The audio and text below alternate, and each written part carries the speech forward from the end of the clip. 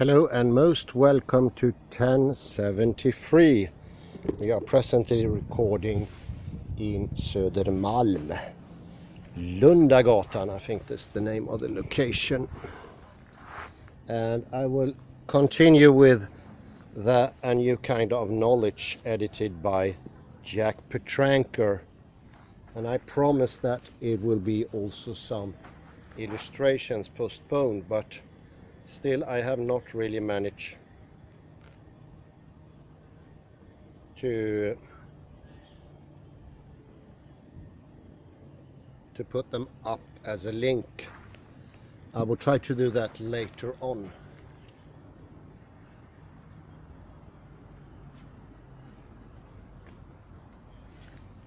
I explain this beautiful illustration how we can fathom the idea of subject-object relationship in Heidegger.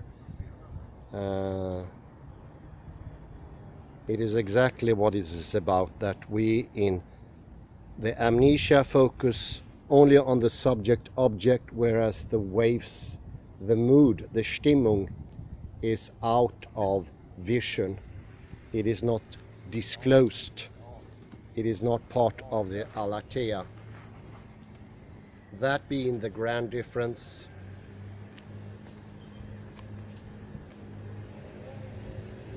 The next chapter here, and I'll also make a connection to what we discussed yesterday with a video conference with John Appleton, and that was the autopoiesis.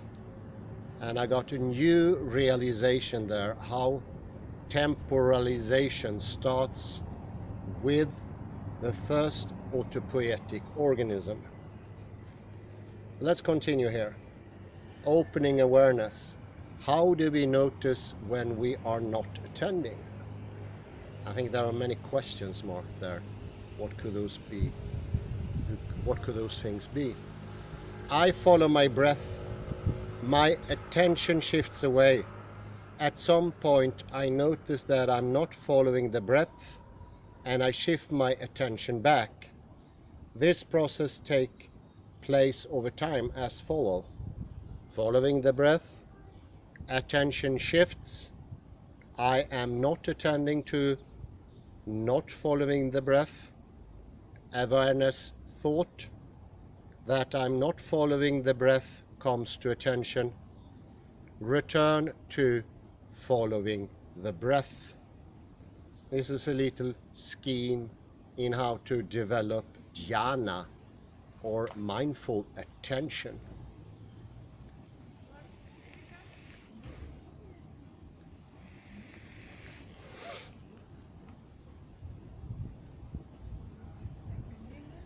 The critical moment is the transition from the unaware state, unaware that attention to the task is lost and non-reflective. Somehow there comes a new awareness, the thought, I am not following my breath, end of quotation, which lets me continue with the meditative task of following the breath. To do this, I must recall my original attention to follow the breath, and I must become aware of the discrepancy between my intention and what I'm actually doing. Only then can I decide to bring attention back. This recollection of the original attention arises on its own. It is not as if I do it. Something more than me as subject, more than myself, seems involved. Awareness seems to respond on its own, independent of the subject's conscious efforts. One must, however, notice the recall when it emerges. Otherwise, to state the obvious, it can have no effect. When awareness sends me the gift of knowing what I intended to do, the thought that I'm not following the breath arises. and I can then acknowledge that I have ceased following the breath and bring awareness back to doing so.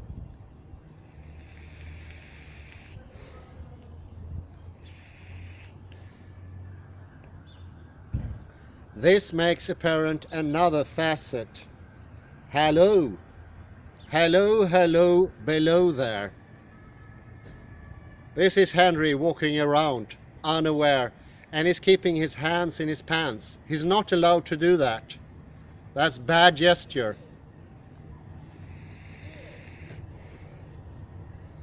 This makes apparent another facet of continuing to attend.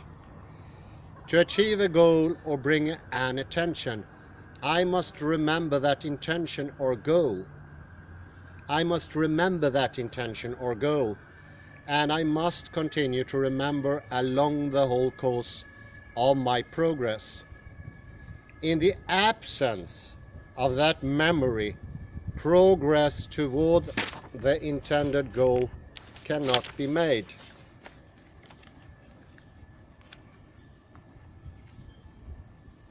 For instance, when I set out to cross the stream, I might become distracted by beautiful flowers, a rock ravine, or interesting wild animals, and forget where I'm going. I might even, on remembering, decide just grab this, sorry.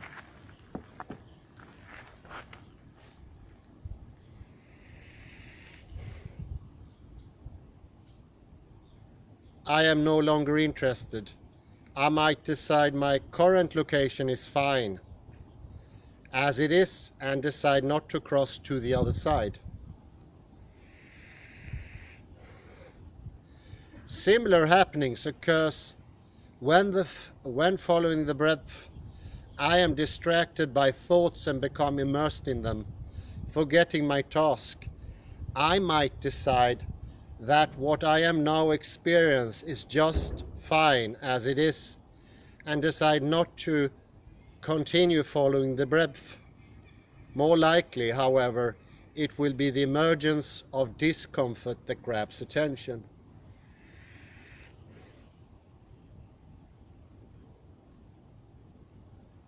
Bringing something to mind, remembering.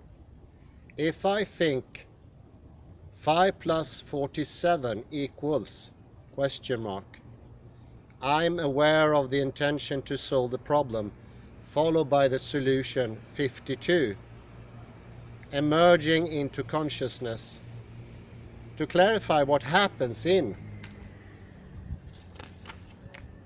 this simple process of bringing something to mind, here is an experiment. Please recall your phone number. Now attending closely to the process. Recall your address. Next, recall your date of birth. Repeat this sequence a few times, noticing how the recollection emerges in awareness. Note also how you conduct the particular recollection you intend. Phone, address, date, and not the wrong one. If your experience is like mine, you will discover that the act of recalling is not something the subject actively does. I pose the mental question, what is my phone number? I shift my intention to make the words into a question about my phone number.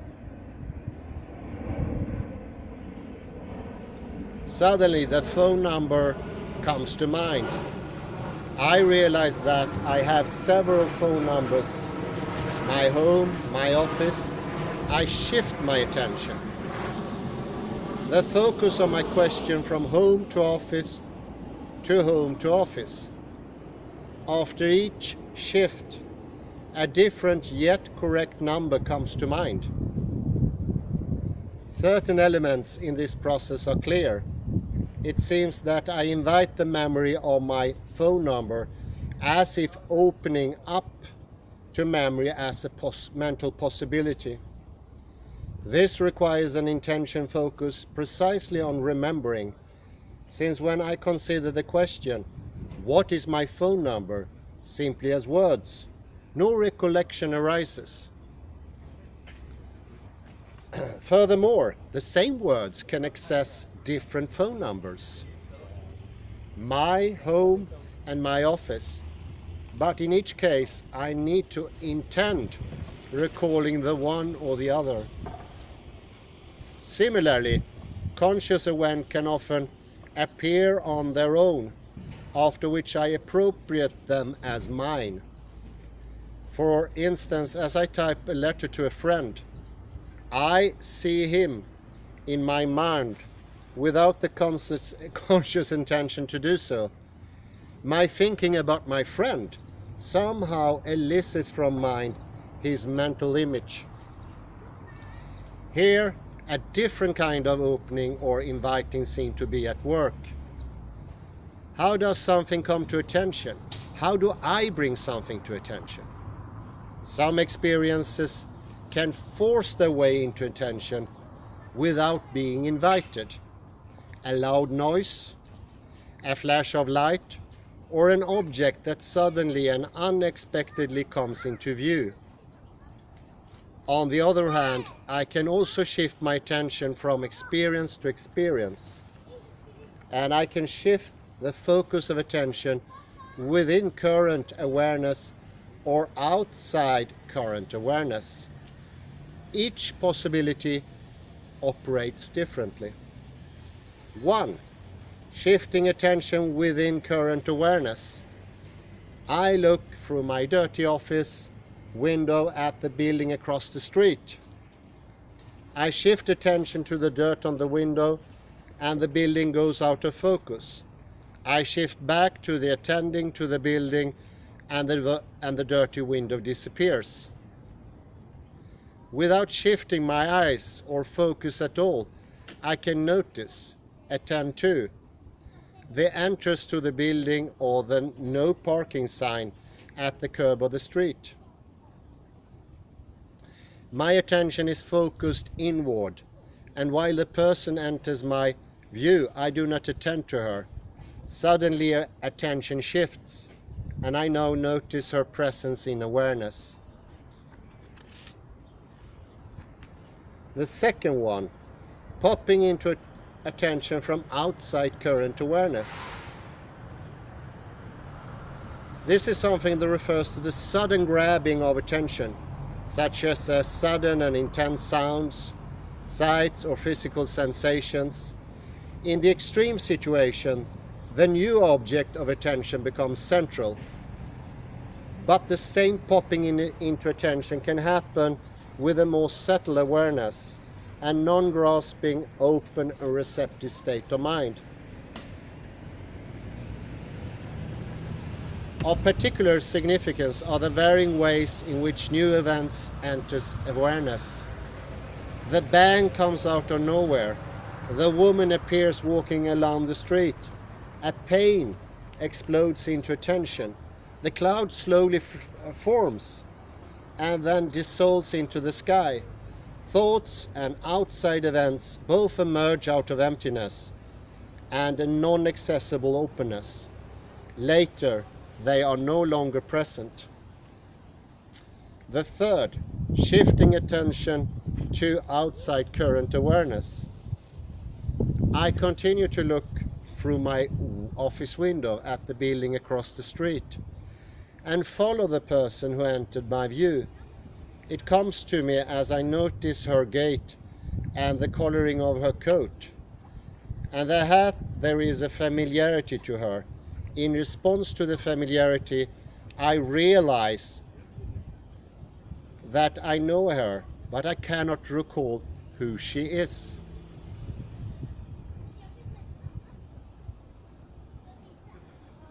She opens her purse, takes out keys, and then passes out of sight. I shift my forward to see the car she will enter, since it might remind me of who she is. Let us here very carefully track these processes. Up to the moment the woman disappears, Most of what I notice is a response to what I'm currently experiencing. When I act to bring a new object to attention, her car, I am ostensibly acting in order to attend to what is outside current sensory awareness. On the other hand, I was already aware that she was going to her car, and her car was present for me in awareness as a possibility before I shifted my attention to perceive it. In other words, I shifted my attention to something that was already in my awareness, in mind but not in the sensory awareness. It is clear, however, that I may not have known the color of her car or its make, or even whether she was headed for a car or a motorcycle. Another facet of this situation is the I, or the subject, who does the shifting of attention. This is the attention shifter, my parenthesis here. This is very important to understand Stimmung.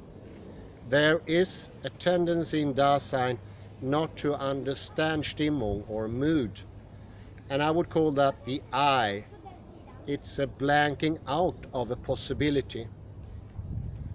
As noted above, to will something to continue crossing the stream or watching the breath requires directing awareness in a particular way. The most critical moment in each of these situations is bringing attention back to the task and keeping it there. In this process, the role of the self or subject seems critical, but how does this simple act of directing awareness arise in experience?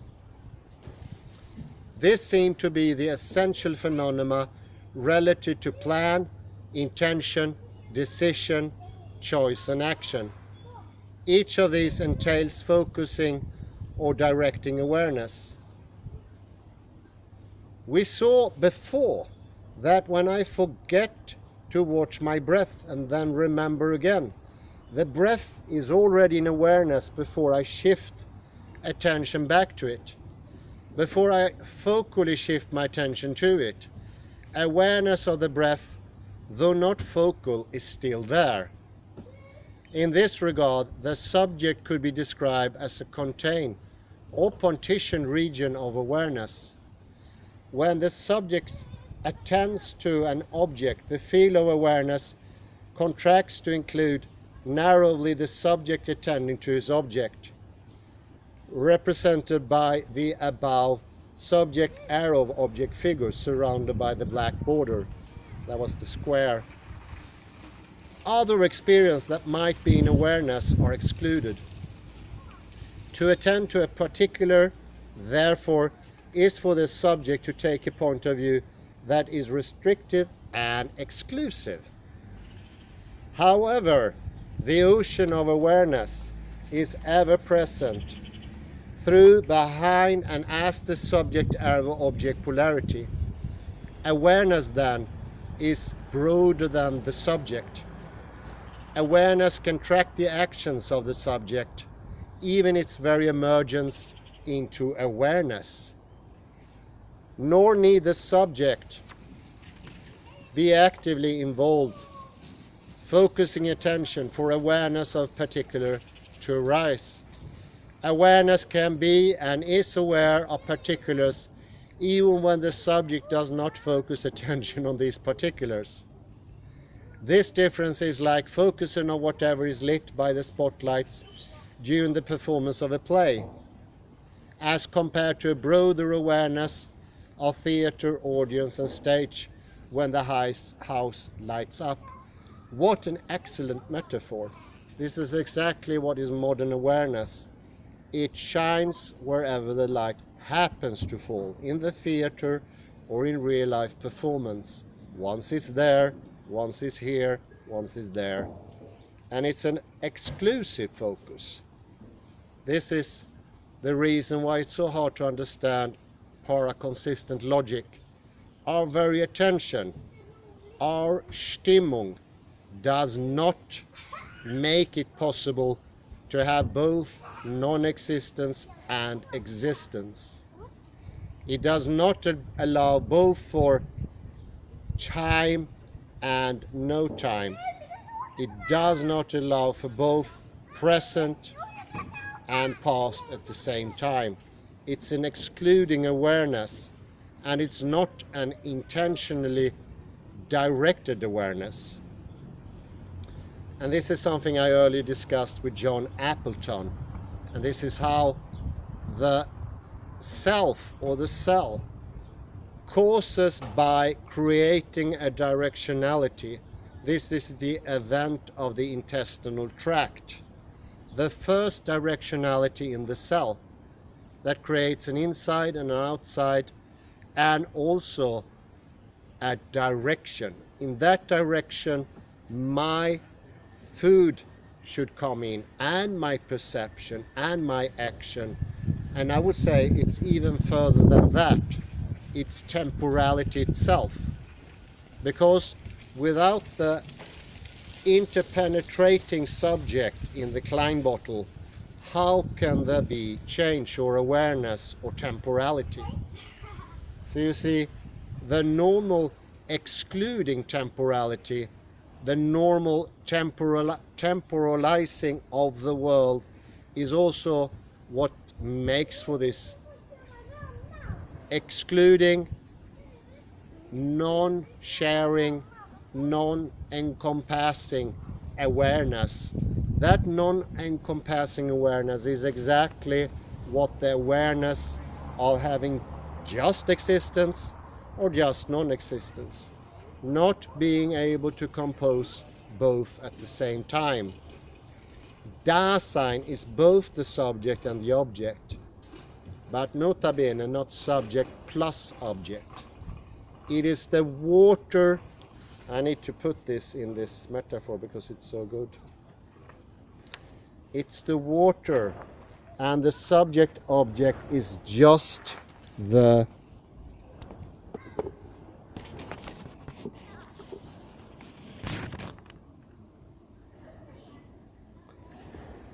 water is what counts. There you find the stimming, and there you find the totality. That is the Sein. Whereas subject object is always different. It's an Unheimlichkeit. You don't feel in the world, at the world, together with the world. You do not see the world as affordances, or in the most extended take of Martin Heidegger, where even temporality itself is an affordance. Thinking itself is an affordance, so to speak. I think that is a way of going from J.J. Gibson into Heidegger, because I think it's a good stepping stone. He goes halfway, and halfway could make it more digestible. Otherwise, it could just be too stark. The understanding is too great for our limited focal setting, the current Stimmung we are in, to literally go into it. It will not be allowed. This opening up is also an opening up of the surrounding, taking in what's around you, make it possible for you to have an existence and awareness. Without that understanding, there cannot be awareness, intention, or attention. You will only have this here, there, jumping constantly without having a decisive meaning. You let randomness create your world, so to speak, and that randomness makes for a less complex world. It's in the very process of das Man. This is why it's called Gerade, Zweideutlichkeit, or meaning, I would call it also. Meaning, I think it's a fitting term. Meaning as constantly shifting the focus, having a wholeness that encompasses the whole world, not only non-existence, not only non-temporality, but the absolute totality of time and space, and also knowledge. I say thank you very much. I will try my hardest to put in some illustrations, but it seemed to be very hard to do that, but I'll try again. I say thank you very much and have a very pleasant afternoon. Bye bye for now.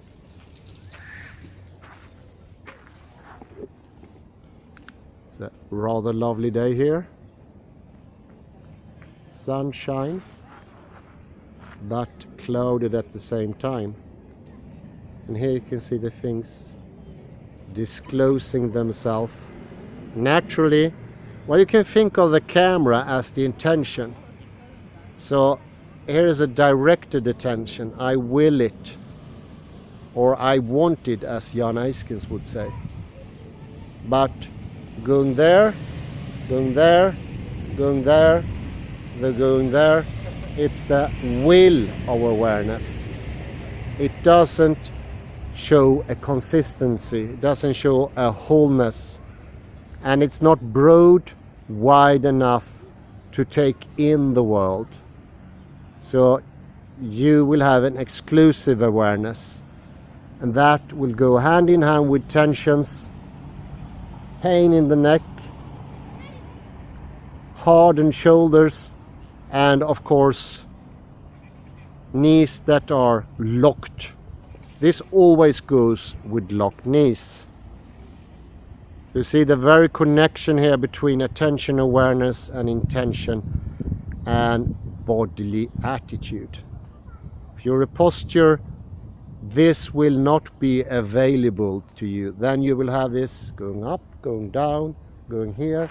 It's a sound, something looks there, there's a glimmer of light, look there, look there, look there. And in the end, you will fragmentize all of awareness, and with that, the world in itself. And then you will have to create a proxy, and you could call that proxy a world at large, or a region from nowhere, a point from nowhere, as Thomas Nagel calls it. So this is a way into totality, and also calmness of mind. Calmness of mind cannot come by excluding. I think that is going to be my finishing words here. Calmness of mind can never come from exclusion. That is the process of not taking in things.